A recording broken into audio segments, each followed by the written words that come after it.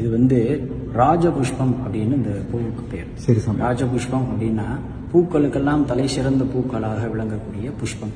இது வந்து தமிழ்ல வந்து தாழம்பூ அப்படின்னு சொல்றாங்க. லோகத்துல எந்த சிவாலயத்திலுமே வந்து இந்த பூவை வந்து சாத்த மாட்டாங்க. ஏன்னா எல்லா சிவாலயத்திலுமே வந்து சாபம் பெற்ற பூ. பிரம்மாவுடைய பொய்சாட்சி சொன்னனால தாழம்பூ வந்து சாபம் பெற்ற பூவாக இந்த பூ விளங்குது.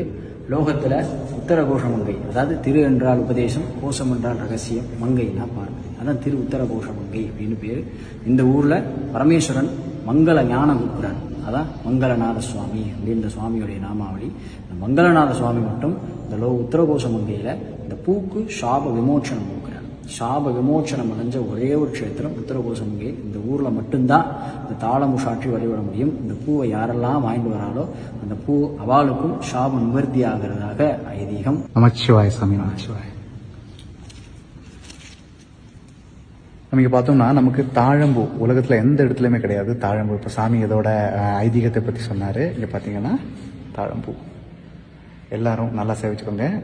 உலகத்திலேயே முதல் சிவன் கோயில் என்று சொல்லப்படுகிற ராமநாதபுரம் மாவட்டத்தில் இருக்கிற உத்தர கோசி மங்கை கோயில் இருந்ததாங்க நமக்கு இந்த தாழம்பூ பிரசாதமா கிடைச்சிருக்கு.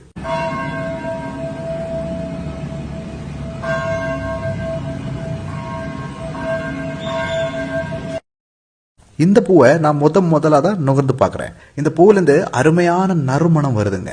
ஒருவேளை ஈஸ்வரிடம் சாபம் பெறாம இருந்திருந்தா பூஜைக்காக உபயோகப்படுத்துற சிறந்த புஷ்பங்களோட பட்டியல்ல முதல் இடத்திலேயே தாழம்பூ தான் இருந்திருக்கும்னு இத நுகர்ந்து பார்க்கல தோணுது. மீண்டும் சந்திப்போம். நன்றி, வணக்கம்.